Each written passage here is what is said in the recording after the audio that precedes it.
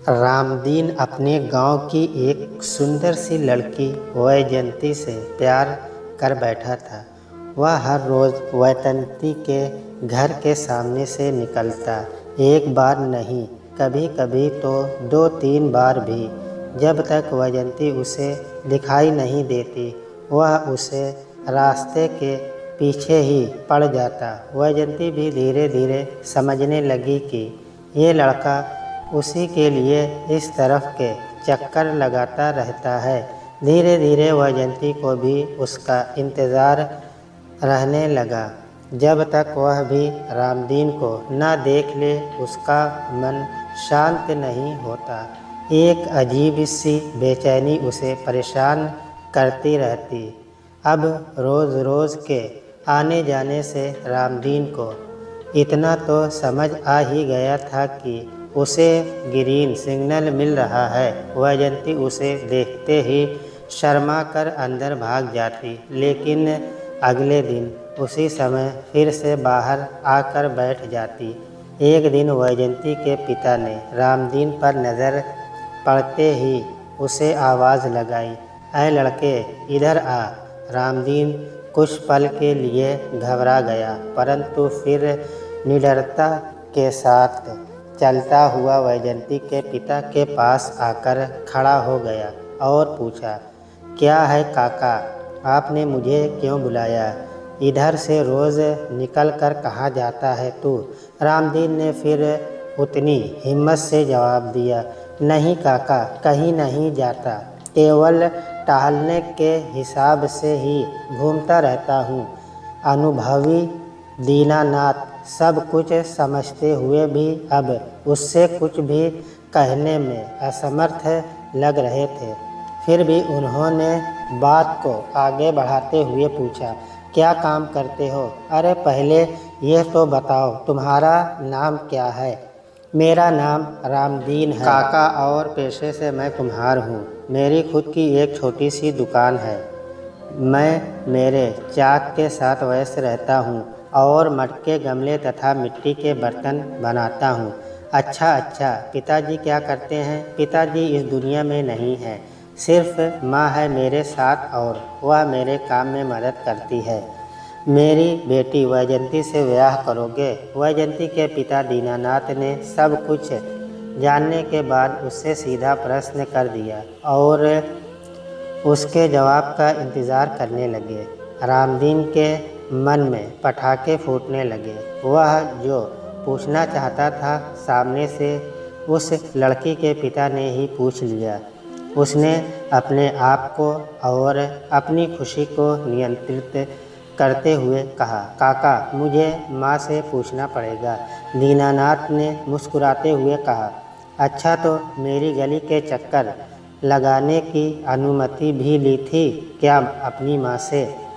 रामदीन शर्मा गया और जाने लगा। जाते जाते वह बोला, काका, शाम को माँ को लेकर आऊँगा। वैजयंती दरवाजे की ओट में छिपकर सब सुन रही थी। वह वहाँ से हटे उससे पहले उसके बाबा अंदर आ गए और उन्होंने वैजयंती को देख भी लिया। वैजयंती ने अपनी ओढ़नी का कोना मुंह में दबाया और शर्मा कर वहाँ से भाग गई। दीनानाथ तो काफ़ी दिनों से रामदीन का आवागमन और अपनी लाडली का इंतज़ार करना देख ही रहे थे, इसलिए वह तो सब जानते ही थे।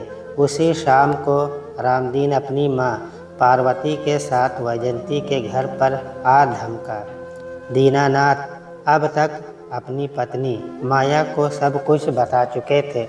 वह भी खुश थी। रामदीन और पार्वती के आते ही उन्हें आदर सत्कार से बिठाया गया। रामदीन और पार्वती बेचैनी से वैजयंती के आने का इंतज़ार कर रहे थे। पार्वती सोच रही थी कैसी होगी उसकी होने वाली बहू। कुछ ही समय में वैजयंती अपनी माँ के साथ एक हाथ में मिठाई और कचौड़ी से भरी प्लेट लेकर वहाँ आई।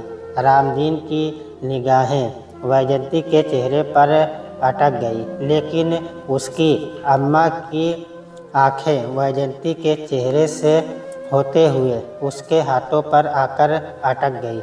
वह समझ गई कि इस लड़की का तो एक हाथ काम नहीं कर रहा है। उनका मन भारी हो गया और वहाँ एक सन्नाटा सा छा गया।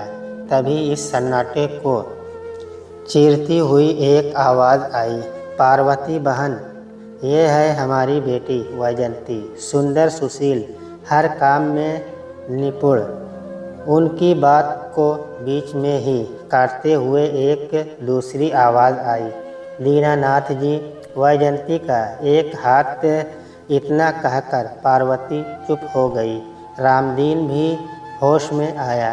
तब वैजयंती की माँ माया ने दुखी स्वर में कहा, जी हाँ पार्वती बहन, वैजयंती का एक हाथ जन्म से ही खराब है, लेकिन वह सब कुछ कर लेती है। पार्वती अपने बेटे रामदीन की तरफ देखने लगी। वह सोच रही थी कि बस अब अगले ही पल रामदीन उठकर खड़ा हो जाएगा और फिर वह कहेगा, मैं यह शादी नहीं कर सकता। इसी बीच रामदीन की आवाज़ आई। वैजयंती शांत खड़ी इसी आवाज़ का इंतज़ार कर रही थी। रामदीन ने कहा, काका, मुझे ये रिश्ता मंजूर है। किसी को भी कुछ पलों तक अपने कानों पर विश्वास ही नहीं हुआ। पार्वती ने अचरज भरी नज़रों से अपने बेटे की ओर देखा। तब रामदीन ने कहा, अम्मा, प्यार किया है मैंने इस लड़की से, और यदि विवाह के बाद ऐसा कोई हादसा हो जाता तो क्या मैं इस रिश्ते के लिए 100% खुशी के साथ तैयार हूँ।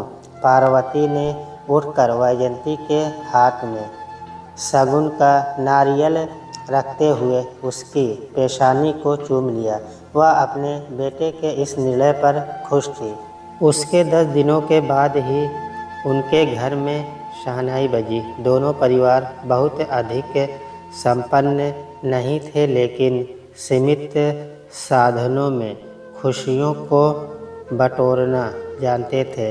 इन्हीं खुशियों के साथ रामदीन और वैजयंती का गठबंधन हो गया। उनका छोटा सा सुंदर परिवार था। वैजयंती अपनी सासू माँ का बहुत ख्याल रखती थी। पार्वती भी उसे बिल्कुल अपनी बेटी की तरह चाहती थी। अपनी माँ और पत्नी के बीच इस प्यार भरे रिश्ते से रामदीन भी बहुत अधिक खुश रहता था। इन्हीं खुशियों में उस समय 4 चांद लग गए जब वैजयंती ने उसके गर्भवती होने की खबर सुनाई। उनके छोटे से परिवार में जल्दी ही एक चुटकी भी आ गई और उसका नाम उन्होंने सुखिया रखा। रामदीन खूब मेहनत करके एक से एक मिट्टी के बर्तन बनाता था। सुखिया उसी के साथ उस मिट्टी में खेलते कूदते बड़ी हो रही थी। जब वह गर्भ में थी तब वैजयंती अपने पति को चाक घुमाते हुए देखती तो उसका मन भी करता कि वह भी रामदीन की तरह चाक घुमा सके, लेकिन उसके हाथों के कारण यह संभव नहीं हो पाया। यह दर्द हमेशा ही वैजयंती को सताता था, रुलाता था। गर्भ में पल रही सुखिया शायद अंदर ही अपनी माँ के आंसुओं को महसूस करती थी, उसके दर्द को समझती थी। सुखिया ने मानो पेट के अंदर से ही अपनी माँ की इस भावना को पहचान लिया था। उसे भी अपने पिता की तरह चाक से बहुत प्यार था। जब से उसने चलना सीखा तब से ही बार बार चाक के पास जाकर अपने पिता को घंटों निहारा करती थी। रामदीन कहता, अरे सुखिया, इतनी मगन होकर क्या देख रही है? यह खिलौने चल तू भी ले लेना, जितने चाहिए उतने। धीरे धीरे सुखिया बड़ी होने लगी। जब सुखिया केवल 10 वर्ष की थी तब एक दिन अचानक उसको चाक घुमाता देखकर रामदीन की आंखें फटी की फटी रह गई। उसे ऐसा लग रहा था मानो सुखिया ऐसी अद्भुत कला अपने साथ खून में समेट कर ले आई है। सुखिया के साथ चाक पर इस तरह घूम रहे थे मानो महीनों का अभ्यास करके आई हो। मिट्टी का वह खिलौना ऐसा रूप ले रहा था जैसा कि खुद रामदीन बनाया करता था। इतनी छोटी उम्र और छोटे छोटे हाथों से यह हो पाना असंभव नहीं तो अत्यधिक कठिन अवश्य ही था। रामदीन ने आखिरकार सुखिया से पूछ ही लिया, अरे सुखिया, यह तू कब और कैसे सीखी है? बाबूजी, मैंने यह आपको देख देख कर ही तो सीखा है। जब आप चाक पर काम करते हो मैं आपको ही देखती रहती हूँ। अरे सुखिया, पढ़ाई लिखाई कर ले, वरना पूरी उम्र मेरी तरह मिट्टी से ही दोस्ती करनी पड़ेगी। मुझे भी समझी?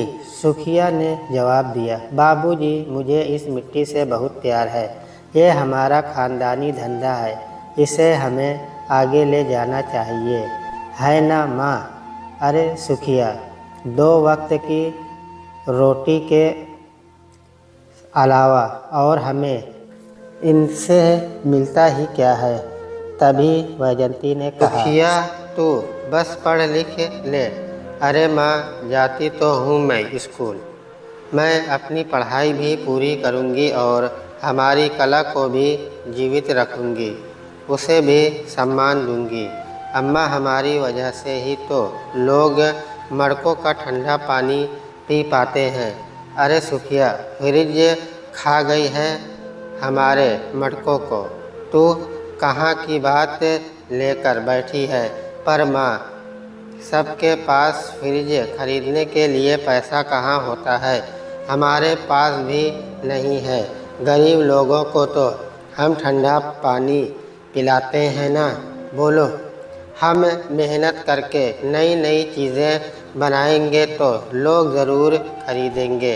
देख लेना उसकी नन्ही ज़ुबान से ये बड़ी बड़ी बातें सुनकर उसके बाबूजी रामदीन तो मुस्कुरा दिए, लेकिन माँ को चिंता सताने लगी। धीरे धीरे यह वर्ष भी पूरा हो गया और सुखिया अब 11 वर्ष की हो गई। वह स्कूल से आते ही अपने बाबूजी के साथ चाक पर काम करने आ जाती और उसकी कलाकारी देखकर रामदीन का सीना चौड़ा हो जाता। एक दिन जब रामदीन बाजार से लौटा तो घर में सुखिया को न देखकर उसने वैजंती से पूछा, वैजंती, सुखिया कहाँ है? वह पीछे आंगन में अपने नए खिलौने पर रंग लगा रही है। अरे बड़ी सुंदर चित्रकारी की है उसने, चलो तुम भी देखो। रामदीन ने बाहर आकर देखा तो उनकी आंखें वह चित्रकारी देखकर अचरज में पड़ गई। उन्होंने सुखिया से कहा, सुखिया, आज तेरे बनाए इस छोटे से सुंदर लोटे से मुझे पानी पिला दे। हाँ बाबूजी, अभी लेकर आती हूँ, कहते हुए सुखिया उस छोटे से मटकी जैसे लोटे में पानी भर लाई। सुखिया के नए सुंदर लोटे को रामदीन ने बड़े ही ध्यान से देखा और कहा, मछली के बच्चे को तैरना नहीं सिखाना पड़ता। उन्होंने पानी पीकर एक बहुत गहरी सांस ली।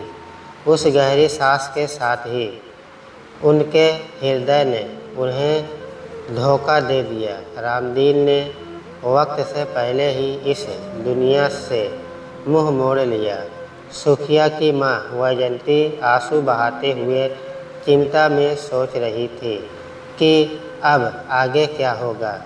रामदीन ने तो आधी राह में ही धोखा दे दिया, अकेला छोड़ गए माँ बेटी को। वह स्वयं एक हाथ से अपंग है और सुखिया अभी बच्ची है। ये कैसी परीक्षा ले रहा है ऊपर वाला। इसे ही तो कहते हैं गरीबी में आटा गीला होना। सुखिया की आंखों में आंसू थे। उसे दुख था, लेकिन अपने हाथों पर उसे विश्वास भी था। वह सब कर लेती, बस यही सोच उसे मजबूती दे रही थी। वैजयंती ने अपनी बेटी के पास आकर कहा, सुखिया, अब हमारा क्या होगा बिटिया? फिर अपने हाथ की तरफ इशारा करते हुए आगे कहा, मैं तो लाचार हूँ, जैसे तैसे घर का काम कर लेती हूँ। सुखिया ने अपनी माँ को प्यार से निहारते हुए कहा, अम्मा रो मत, बाबूजी ने मुझे सब कुछ सिखा दिया है। मैं हूँ ना, मैं सब कर लूँगी। वैजयंती को नन्ही सुखिया की बातों पर विश्वास नहीं था। वह जानती थी कि खुशी से दो चार बर्तन बना लेना अलग बात है, और जीविका चलाने के लिए घंटों चाक घुमाना आसान काम नहीं है। उसे लगा कि सुखिया जोश में ऐसा कह रही है। रामदीन के गुजर जाने के बाद चौथे दिन सुबह सुबह जब वैजयंती अपनी खोली से बाहर आने के लिए उठी तो उसकी नज़र सुखिया के बिस्तर की तरफ गई, लेकिन रोज़ की तरह आज सुखिया अपने बिस्तर पर नहीं थी। यह तो उसका घोड़े बेचकर सोने का समय था। बाहर से कुछ आवाज़ आई तो वैजयंती ने बाहर आकर देखा। वह यह देखकर हैरान थी कि सुखिया ने मिट्टी बांध ली थी और वहाँ पर बैठकर बर्तन बना रही थी। सुखिया ने चाक पर चलते हाथों को देखकर उसे ऐसा लग रहा था मानो वह रामदीन के हाथ हो। बिल्कुल रामदीन की ही तरह सुखिया के हाथ चाक पर घूम रहे थे। वैजयंती ने सोचा, बच्ची है, अभी कुछ ही देर में आवाज़ लगाएगी, अम्मा भूख लगी है, खाना दो। बाकी समय तक वैजयंती उस आवाज़ इंतज़ार करती रही, लेकिन वह आवाज़ नहीं आई। तब वैजयंती ने हाथ से तवे की रोटी को पलटाया और आवाज़ लगाते हुए बाहर आई, अरे सुखिया, सो गई क्या? आज भूख नहीं लगी तुझे? कहते ही उसकी नज़र सुखिया पर पड़ी। उसके आश्चर्य का तब ठिकाना ही नहीं रहा। सुखिया अभी भी उतनी ही एकाग्रता के साथ चाक घुमा रही थी और छोटे छोटे खिलौने, मटके आदि बना रही थी। वैजयंती उसके पास आई और कहा, बिटिया थक जाएगी, चल कुछ खा ले, यह सब तुझसे न हो पाएगा, पढ़ लिख ले। अम्मा आज छुट्टी है, कल मैं स्कूल जाऊंगी, तुम चिंता मत करो।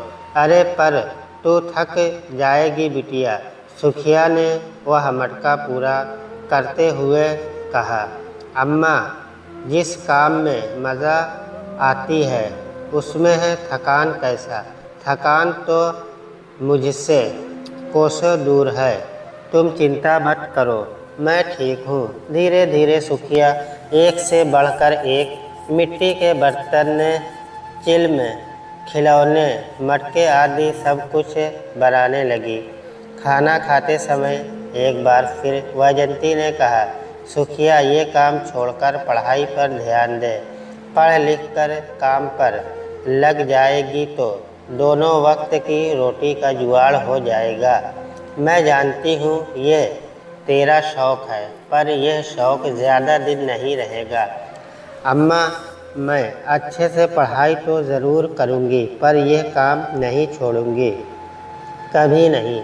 मैं तुम्हें कभी भूखा नहीं सुलाऊँगी, फटे कपड़े भी नहीं पहनाऊँगी। बस अम्मा, मुझे यह करने दो, मना मत करो। ठीक है बेटा, जैसी तेरी मर्ज़ी। अगले 4 माह बाद शहर में मेला भरने वाला था, जहाँ सुखिया अपने पिता के साथ जाती थी। रामदीन की दुकान वहाँ खूब चलती थी। शहर के लोग मिट्टी के बर्तनों की तरफ आकर्षित होकर दुकान पर आते और कुछ न कुछ खरीद कर भी ले जाते थे। सुखिया को याद था कि मेले का समय नज़दीक आ रहा है। वह स्कूल से लौटते ही चाक पर काम करने बैठ जाती। अब तक वैजयंती ने भी हार मान ली थी। वह अब उससे खुश नहीं रहती। वैजयंती ने उसके स्वयं के मन को समझा दिया था कि करने दो इसे उसके मन की, जब मन भर जाएगा तो खुद ही छोड़ देगी। वैजयंती उसके मन में चाहे जो भी सोच रही हो, लेकिन सुखिया का इरादा अटल था। मेले में जाने के उत्साह ने उसे और भी अधिक जोश से भर दिया था। धीरे धीरे सुखिया ने बहुत सारे बर्तन और मटके आदि बना लिए। वह उन पर रंग भरकर सुंदर चित्रकारी भी करने लगी। यदि माँ सरस्वती का आशीर्वाद लेकर किसी का जन्म होता है और मेहनत करने की चाह होती है तो कला हाथों से निकलकर कलम, पेंसिल या चित्रकारी करने के वर्ष तक अपने आप ही पहुंच जाती है। सुखिया तो जैसे माँ सरस्वती का आशीर्वाद लेकर ही पैदा हुई थी। मेले का समय नज़दीक आते जा रहा था। सुखिया को रात को सपने में कई बार अपने पिता रामदीन दिखाई देते थे। उसे दिखाई देता था कि कैसे बाबूजी बहुत सारा सामान लेकर मेले में बेचने जाते थे। यही तो उनकी दिवाली होती थी, जब उनके घर में लक्ष्मी माता की प्रशंसा और हाजिरी दिखाई देती थी। बस अब उसे भी मेले में जाना था और वहाँ अपनी दुकान लगाना था। एक रात को सपना देखने के बाद सुबह उठते ही उसने अपनी माँ से कहा, अम्मा अब शहर चलने की तैयारी कर लो, मेले का समय आ गया है। ये क्या कह रही है सुखिया तू? तेरे बाबूजी के बिना हम यह सब नहीं कर सकते। बिटिया, क्यों नहीं कर सकते अम्मा?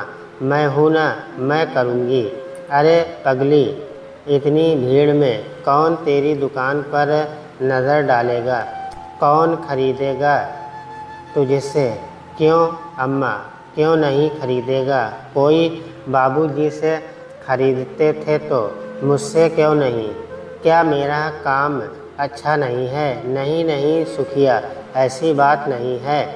तेरे बनाए मिट्टी के बर्तनों में कोई कमी नहीं है, बल्कि तेरे बाबूजी से भी अच्छे बनाती है तू। पर मेले में जाकर दुकान लगाना आसान नहीं है। आसान नहीं है ऐसा सोचकर घर बैठने से अच्छा है अम्मा, हम कोशिश तो करें, देखते हैं क्या होता है। तुम्हें मेरा साथ देना ही होगा, तुम्हें मेरी कसम। सुखिया की जिद के सामने वैजयंती की एक न चली और उसे सुखिया की बात मानना ही पड़ा। वैजयंती ने कहा, तू बहुत जिद्दी है सुखिया, चल जाने की तैयारी करते हैं। वैसे ज़्यादा कुछ फ़ायदा होने वाला नहीं है। वैजयंती की हाँ सुनकर सुखिया भी खुशी सातवें आसमान पर थी।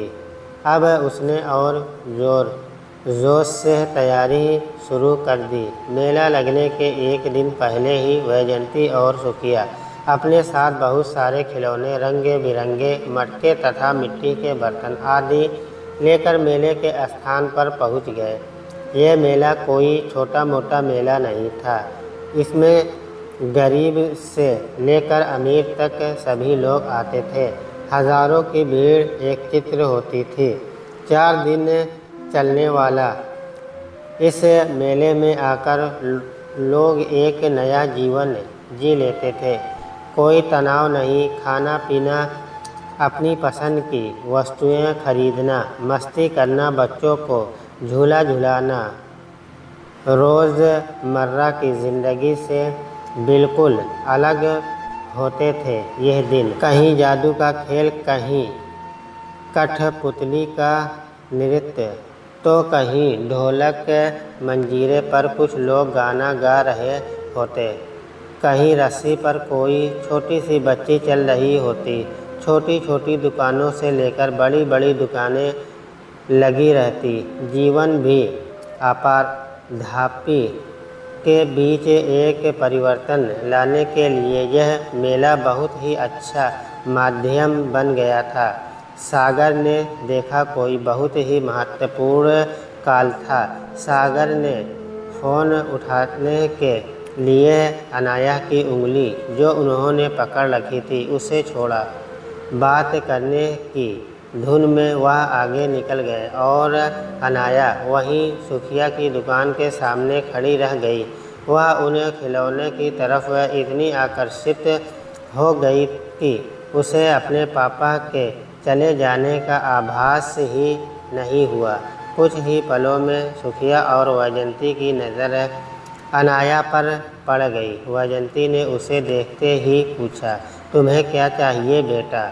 रंग बिरंगे खिलौने की तरफ इशारा करते हुए उसने कहा, वह खिलौने चाहिए, लेकिन तुम्हारे साथ कौन है?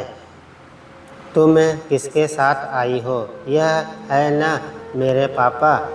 कहते हुए अनाया ने जैसे ही अपनी नज़र घुमाई वहाँ सागर तो थे ही नहीं। अनाया घबरा गई और पापा पापा कहते हुए वह रोने लगी। तब वैजंती और सुखिया भी घबरा गए, क्योंकि वह दोनों समझ गए कि ये बच्ची अपने पिता से बिछड़ गई है।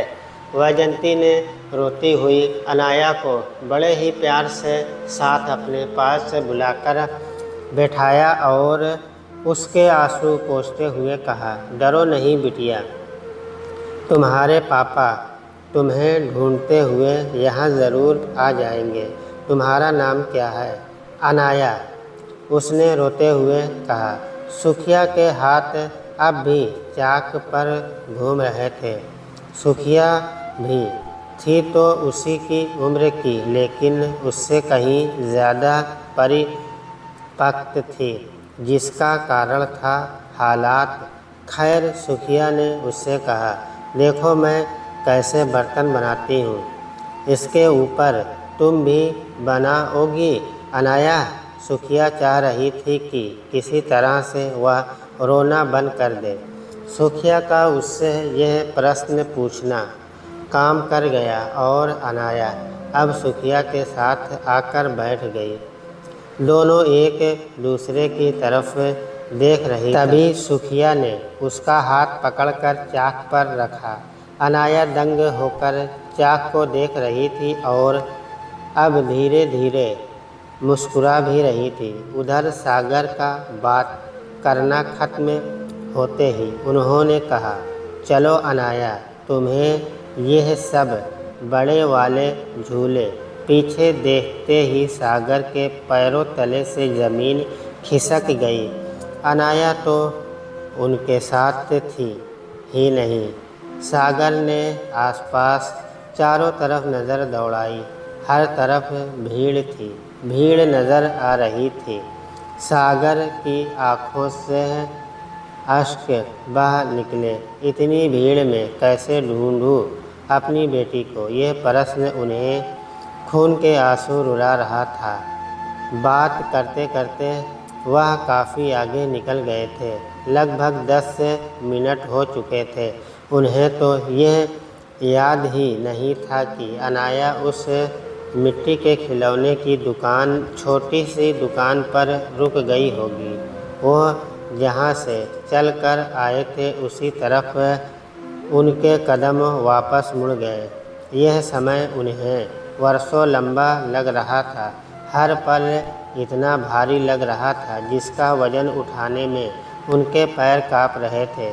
जहाँ वह थे वहाँ से सुखिया की दुकान तक पहुँचने में उन्हें जो समय लगा वह उनके जीवन का सबसे दर्दनाक समय था, जिसे दर्द भरा बनाने में वह स्वयं को ही जिम्मेदार समझ रहे थे। इन 15 मिनटों में उन्होंने न जाने क्या क्या सोच लिया था। सुखिया की दुकान के नज़दीक पहुँचते ही सागर को उनकी बेटी चाक पर बैठी मुस्कुराती हुई दिखाई दे गई। उसे देखते ही उनके बेचैन मन को चैन मिल गया। वह सुकून उन्हें इस समय स्वर्ग की अनुभूति करा रहा था। अनाया के हाथ मिट्टी के सने हुए थे। सुखिया और वैजंती दोनों उसके पास बैठे उससे बातें कर उसे बहलाने की भरपूर कोशिश में लगे हुए थे। वैजंती दोनों बच्चियों को अपने हाथों से बिस्किट खिला रही थी। यह दृश्य देखकर सागर का मन सुखिया और वैजंती का एहसान मंद हो गया। उन्होंने वहां आते ही आवाज़ दी, अनाया मेरा बच्चा।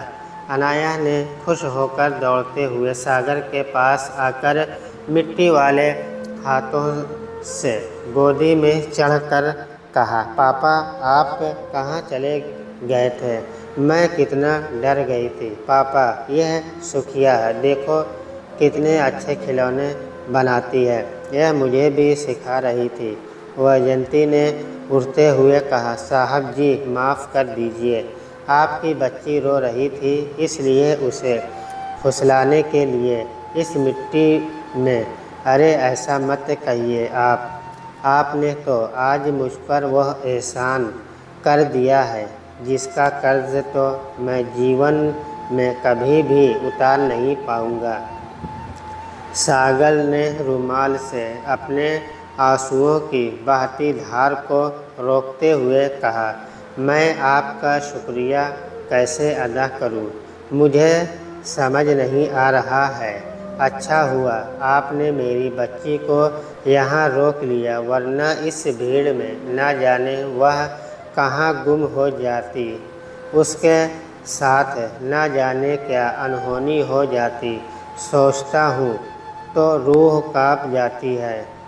से ही सीख लिया, मैं खुद हैरान हूँ। बनाने के बाद खुद ही रंग भर कर चित्रकारी भी करती है। अपने चश्मे को आँखों पर चढ़ाते हुए सागर ने वैजंती से कहा, आपकी बेटी बहुत होनहार है। ऐसा लगता है माँ सरस्वती ने इस बच्ची के हाथों में भर भर कर कला बाँट दी है। मैं तुम्हारे इन खिलौनों, मटकों आदि सभी वस्तुओं को बेचने के लिए शहर में एक बड़ी दुकान बना कर दूंगा। तुम वहाँ से अपना यह सामान बेचना। साहब जी आप यह सब क्या कह रहे हैं? इतना एहसान आप हम पर क्यों? यह एहसान नहीं है, यह तो एक लड़की की कला का मान सम्मान है, और आपने मुझ पर जो एहसान किया है उसका कर्ज तो मैं अपनी पूरी दौलत देकर भी नहीं उतार सकता। लेकिन हाँ, इस बच्ची को आगे बढ़ने का अवसर ज़रूर देना चाहता हूँ जिसकी वह सच में हकदार है। तुम्हारे खिलौने का तुम्हें शहर में बहुत ज़्यादा दाम मिलेगा। ऐसे बच्चे बहुत कम होते हैं जो इतनी छोटी उम्र में ऐसा काम कर जाते हैं कि सामने वाला देखकर अचरज में पड़ जाता है। इस बच्ची में भी वही गुण समाया है। सुखिया और वैजंती हैरान होकर दुकान को देखे ही जा रहे थे। उन्हें इस समय रामदीन की बहुत याद आ रही थी। सुखिया को दुकान और सागर के रूप में एक गार्ड फादर मिल गए, साथ ही अनाया जैसी प्यारी सी दोस्त भी। अब सुखिया और वैजंती ने दुकान को खूब सुंदर तरीके से सजाया। इस दुकान में रंग बिरंगे बर्तन, मटके, भांति भांति की नई नई वस्तुएं भी थी जो छोटी सी सुखिया के खून पसीने से बनी थी। यह एक छोटा सा स्टार्टअप था जो छोटी सी सुखिया ने अपने छोटे छोटे हाथों से शुरू किया था। उसकी मेहनत, लगन, महत्वाकांक्षा और भाग्य ने उसके छोटे से गांव के इस व्यवसाय को अब शहर तक पहुंचा दिया था। उसकी यह कला दिन प्रतिदिन बढ़ती ही जा रही थी। धीरे धीरे समय व्यतीत होता गया और सुखिया बड़ी होती जा रही थी। अब वह मिट्टी की मूर्तियाँ भी बनाने लगी थी। गणपति की मूर्तियाँ गणेश चतुर्थी के समय खूब बिकती थी। माँ दुर्गा की मूर्तियाँ नवरात्रि में जोर शोर से लोग खरीदने आते थे। मूर्तियाँ तो शहर से बाहर दूसरे शहर के लोग भी उसकी दुकान से खरीद कर ले जाते। बड़े बड़े पंडाल जो गणेश जी और दुर्गा जी की स्थापना करते थे, उनके ऑर्डर महीने पहले सुखिया को मिल जाते थे। गांव की वह छोटी सी सुखिया बड़ी होते होते शहर की जानी मानी सुखी मैम बन गई, जिसकी बनाई मिट्टी की सभी वस्तुएं खूब बिकती थी। अपनी बेटी की सफलता देखकर वैजयंती को याद आता कैसे सुखिया ने एक दिन उससे गिड़गिड़ाते हुए कहा था, अम्मा मुझे मना मत करो, कोशिश तो करने दो। यह सोचते ही वैजयंती को लगता अच्छा हुआ जो उसने सुखिया को उसकी मर्जी से यह सब करने दिया। आज उसकी सुखिया से सुखी मैम बन गई है। एक शोरूम तो सागर ने सुखिया को दिया ही था, लेकिन शहर में अगला शोरूम सुखिया ने खुद ही मेहनत के कमाए पैसों से खरीदा था। 10-20 रुपए की चीज़ों से शुरू होने वाला सुखिया का यह व्यवसाय आज लाखों की कमाई कर रहा था। लेकिन आज भी सुखिया बिल्कुल वैसी ही थी जैसी वह अपने छोटे से गांव में हुआ करती थी। उतनी ही विनम्र, उतनी ही सीधी और सादगी से जीवन यापन करने वाली उसके प्रति वृद्धि थी। ये जो उससे ईर्ष्या करते थे, उन्होंने उसके आगे बढ़ते कदम की रफ्तार को रोकने की बहुत कोशिश की, पर रोक ना सके। उसके मजबूत इरादों को कोई भी रोक ना पाया। वह अपनी मेहनत और ईमानदारी से अपने काम के साथ आगे बढ़ती रही। सुखिया के जीवन में सागर उसे गॉड फादर के रूप में मिले थे, जिन्होंने उसका साथ देकर उसकी राह को आसान बना दिया। सुखिया यह बात अच्छी तरह जानती थी कि यदि सागर अंकल उसके जीवन में न आते तो यह सब संभव नहीं हो पाता। सुखिया भी चाहती थी कि वह भी ऐसे ही किसी को जो इस काबिल हो, जिसमें मेहनत और इच्छा शक्ति हो, आगे बढ़ा सके। इसी सोच के कारण वह अपनी माँ वैजयंती के साथ साल में एक बार अवश्य ही गांव जाया करती थी कि कभी उसे ऐसा कोई दिख जाए जिसमें अपनी इन कला के लिए उसकी तरह जुनून हो। सुखिया चाहती थी कि फ्रिज और दिवाली पर बिजली की चमकती लटों के इस दौर में उनका ये व्यवसाय कमज़ोर न हो पाए। उसे तो बचपन से ही अपनी इस कला से बेहद प्यार था। वह चाहती थी कि उनकी आगे वाली नई पीढ़ी इस कला को जीवित रखे, इसलिए वह इस व्यवसाय के कमज़ोर और गरीब वर्ग की हमेशा मदद करती थी। गॉड फादर के रूप में सागर का जो साथ उसे मिला, उसे वह भगवान का वरदान समझती थी और एक कर्ज भी समझती थी। वह किसी की गॉड फादर बनकर इस कर्ज को उतारना चाहती थी। आज उसके पास अवसर था, पैसा भी था और किसी को आगे बढ़ाने की चाह भी थी। कई वर्षों के इंतज़ार के बाद एक दिन जब वह गांव से वापस जा रही थी, तब लौटते वक्त उसकी नज़र एक जगह पर आकर रुक गई। यहाँ एक छोटा सा लगभग 10 वर्ष का लड़का इस तरह से चाक पर अपने हाथ चला रहा था जैसे सुखिया खुद चलाती थी। सुखिया का पाँव गाड़ी के ब्रेक पर अपने आप ही चला गया। वह गाड़ी से उतरकर उस बच्चे के पास आई जहाँ उसके माता पिता उसके पास बैठे हुए थे। सुखिया को अपने आंगन में खड़ा देखकर उन्हें खुशी के साथ अचरज भी हो रहा था। सुखिया ने उस बच्चे और उसके माता पिता से बात की और उन्हें हर तरह की मदद का आश्वासन दिया। इस तरह आज सुखिया की किसी का गॉडफादर बनने की इच्छा भी पूरी हो गई। सुखिया ने तो उस बच्चे के गॉडफादर बनकर भगवान का वह कर्ज उतार दिया जो भगवान ने उसे उपहार स्वरूप दिया था। सुखिया हर वर्ष शहर के मेले में अपनी दुकान लगाती थी। इस मेले में हर वर्ष उसकी दोस्त अनाया भी उसके साथ ज़रूर जाती थी, क्योंकि इस मेले से दोनों की ही यादें जुड़ी हुई थी। जहाँ यदि अनाया को अपना बचपन दिखाई देता तो सिर्फ सुखिया और वैजयंती की वजह से सुरक्षित था, वहीं उस मेले में सुखिया की आंखों में बचपन वाला वही दृष्टि कोच होता जब उसे वहाँ सागर अंकल और अनाया मिले थे। सागर अंकल तो अब इस दुनिया में नहीं थे, लेकिन उसकी तस्वीर सुखिया के शोरूम में अपने पिता के साथ लगी होती।